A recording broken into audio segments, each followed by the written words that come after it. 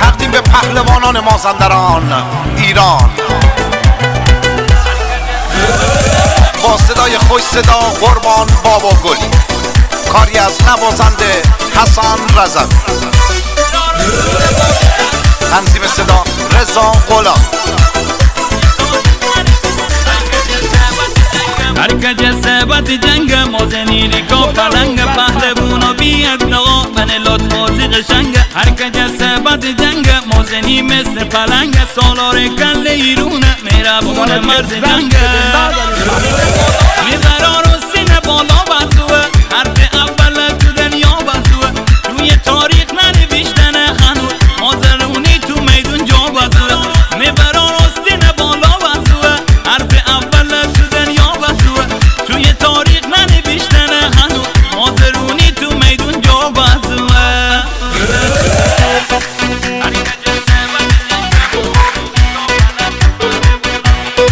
ترانه سرا رمضان فیروزپور.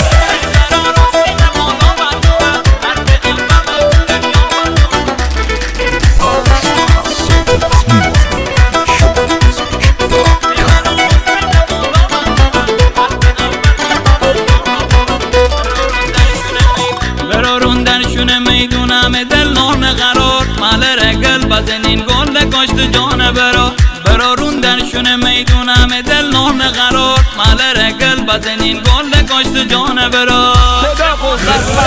بچه مازرون مدن یا خبردار میپیش پهلوون واقعی نخال کوبی دان نانی. هر جای دنیا بریم طلا همه نشونوه اسم مازرون بیه زانو زننه همه پیش. اسم مازرون بیه زانو زننه همه پیش. خدا قوت پهلوان، خدا بهت عزت بده نازنین پهلوان. گل پهلوان ما وقت میشه یه پیروزی با ارزش کسب کنه. تبریک میگی به هموطنان این پیروزی رو، این مدال طلا رو به هموطنان از مازندران یا جوزای و همه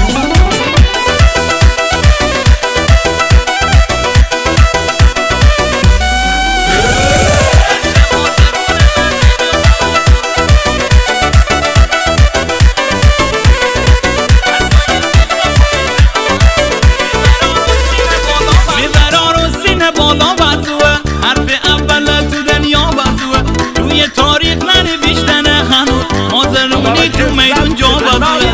هر جای دنیا بریم طلا همه نشونوه اسم مازرون بیه زانو زننه همه پیش. اسم مازرون بیه زانو زننه همه پیش.